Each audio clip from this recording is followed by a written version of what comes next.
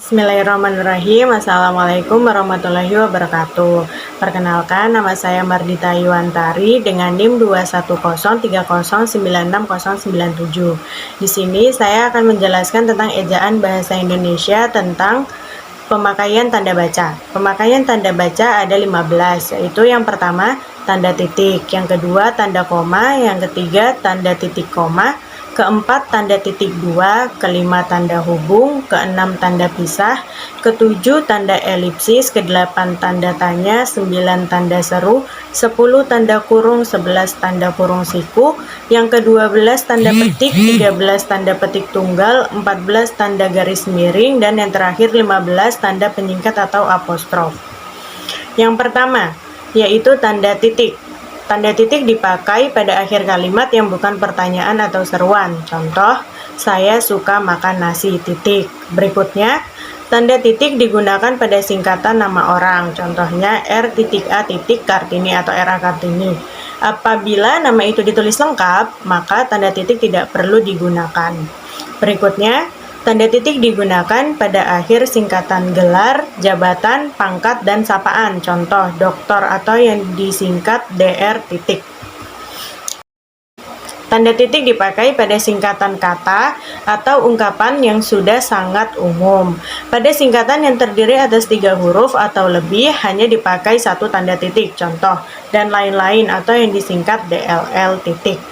Berikutnya, tanda titik dipakai untuk memisahkan bilangan ribuan atau kelipatannya. Contoh, kota kecil itu berpenduduk 51.156 orang atau 51.156. Yang kedua yaitu tanda koma. Tanda koma dipakai di antara unsur-unsur dalam suatu pemerincian atau pembilangan. Contoh, saya menjual baju, celana, dan topi. Berikutnya, tanda koma dipakai untuk memisahkan anak kalimat dari induk kalimat apabila anak kalimat tersebut mendahului induk kalimatnya. Contoh, karena sibuk, ia lupa akan janjinya. Berikutnya, tanda koma dipakai di belakang kata atau ungkapan penghubung antara kalimat yang terdapat pada awal kalimat, termasuk di dalamnya. Oleh karena itu, jadi, lagi pula, meskipun begitu, dan akan tetapi. Contoh, oleh karena itu, kamu harus datang. Berikutnya, tanda koma dipakai untuk memisahkan petikan langsung dari bagian lain dalam kalimat. Contoh, kata adik, saya sedih sekali. Berikutnya, tanda koma dipakai di belakang kata-kata seperti oh, ya, wah, aduh, dan kasihan yang terdapat pada awal kalimat. Contoh, oh, begitu. Berikutnya, tanda koma dipakai di antara nama dan alamat, bagian-bagian alamat, tempat dan tanggal, dan nama tempat dan wilayah atau negeri yang ditulis berurutan. Contoh, Papua, 9 Maret 2003. Berikutnya, tanda koma dipakai di antara nama orang dan gelar akademik yang mengikutinya untuk membedakannya dari singkatan nama diri, keluarga, atau marga. Contohnya dapat dilihat pada layar. Yang berikutnya, tanda titik koma. Tanda titik koma dapat dipakai sebagai pengganti kata penghubung untuk memisahkan kalimat setara yang satu dari kalimat setara yang lain di dalam kalimat majemuk. Contoh, hari sudah malam, anak-anak masih membaca buku. Atau contoh lainnya, ayah menyelesaikan pekerjaan, ibu menulis makalah, adik membaca cerita pendek.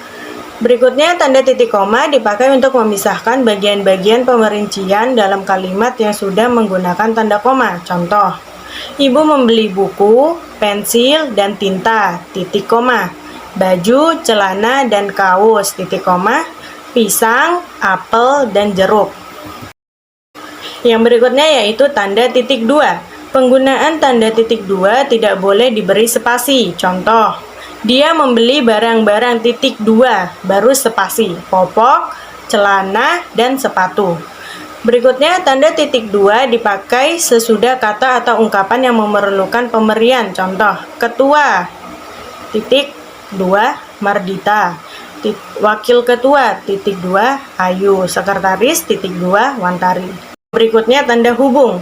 Tanda hubung menyambung unsur-unsur kata ulang. Contoh, anak-anak, berulang-ulang, atau sebagainya. Berikutnya, tanda hubung digunakan menyambung suku kata dasar yang terpisah oleh pergantian baris. Contoh, ayahku bekerja di rumah sa, karena garisnya udah habis, jadi pakai tanda hubung lanjut ke baris berikutnya, sakit gitu. Berikutnya, tanda hubung dipakai untuk menyambung tanggal, bulan, dan tahun yang dinyatakan dengan angka atau menyambung huruf dalam kata yang dieja satu-satu. Contoh, 09 tanda hubung 03 tanda hubung 2003 atau 9 Maret 2003. Atau ejaan M tanda hubung A tanda hubung R tanda hubung D tanda hubung I tanda hubung T tanda hubung A atau Mardita. Berikutnya tanda pisah. Tanda pisah dipakai di antara dua bilangan, tanggal, atau tempat yang berarti sampai dengan atau sampai ke. Contoh, tahun 2010 tanda pisah 2013 atau yang dibaca tahun 2010 sampai dengan tahun 2013. Berikutnya, tanda pisah dapat dipakai untuk membatasi penyisipan kata atau kalimat yang memberi penjelasan di luar bangun kalimat. Contoh, keberhasilan itu kita sependapat, dapat dicapai jika kita mau berusaha keras. Berikutnya, tanda pisah dapat dipakai juga untuk menegaskan adanya keterangan aposisi atau keterangan yang lain. Contoh, gerakan pengutamaan bahasa Indonesia, amanat Sumpah Pemuda harus terus digelorakan. Berikutnya, tanda elipsis. Tanda elipsis dipakai untuk menunjukkan bahwa dalam suatu kalimat atau kutipan ada bagian yang dihilangkan. Contoh, penyebab kemerosotan tanda elipsis akan diteliti lebih lanjut. Berikutnya, tanda elipsis dipakai untuk menulis ujaran yang tidak selesai dalam dialog. Contoh, menurut saya titik-titik seperti titik-titik bagaimana, Bu? Catatan. Tanda elipsis pada akhir kalimat diikuti oleh tanda titik jumlah titik 4 buah apabila tanda elipsis di akhir kalimat. Berikutnya tanda tanya. Tanda tanya dipakai pada akhir kalimat tanya. Contoh, kapan Hari Pendidikan Nasional diperingati? Tanda tanya. Atau tanda tanya dipakai di dalam tanda kurung untuk menyatakan bagian kalimat yang disangsikan atau yang kurang dapat dibuktikan kebenarannya. Contoh, di Indonesia terdapat 740 tanda tanya bahasa daerah karena belum pasti. Berikutnya, tanda seru.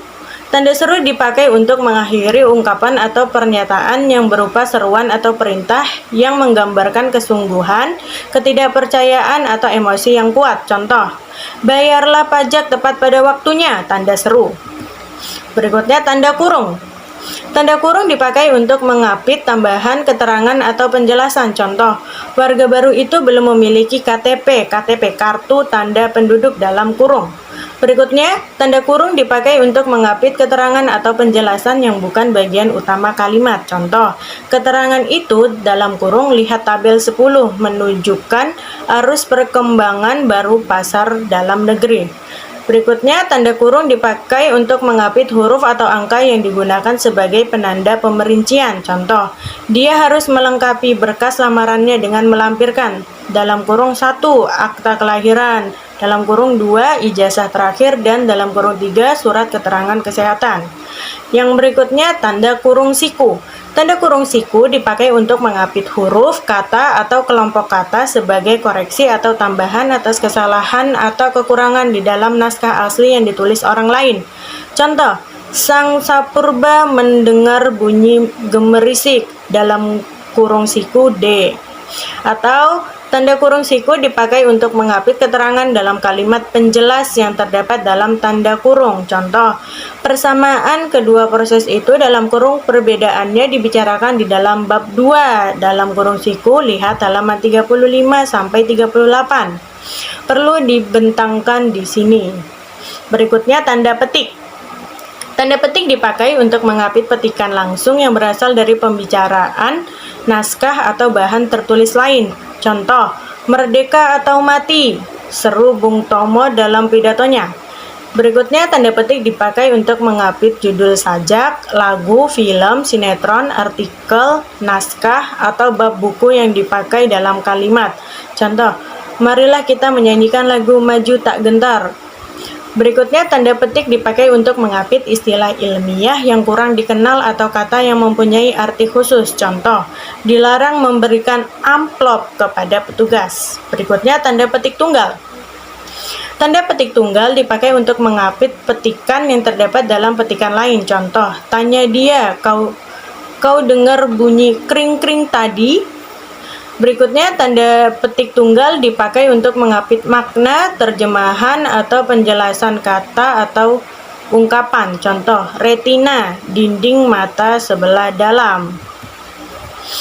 Berikutnya, tanda garis miring. Tanda garis miring dipakai dalam nomor surat, nomor pada alamat, dan penandaan masa 1 tahun yang terbagi dalam 2 tahun takwim. Contoh, tahun ajaran 2021 garis miring 2022. Berikutnya, tanda garis miring dipakai sebagai pengganti kata dan, atau, serta setiap. Contoh, mahasiswa garis miring mahasiswi, atau yang dibaca mahasiswa dan mahasiswi. Berikutnya, tanda garis miring dipakai untuk mengapit huruf, kata, atau kelompok kata sebagai koreksi atau pengurangan atas kesalahan atau kelebihan di dalam naskah asli yang ditulis orang lain. Contoh, dia sedang menyelesaikan garis miring H utang di bank. Yang terakhir yaitu tanda penyingkat. Tanda penyingkat atau apostrof dipakai untuk menunjukkan penghilangan bagian kata atau bagian angka tahun dalam konteks tertentu.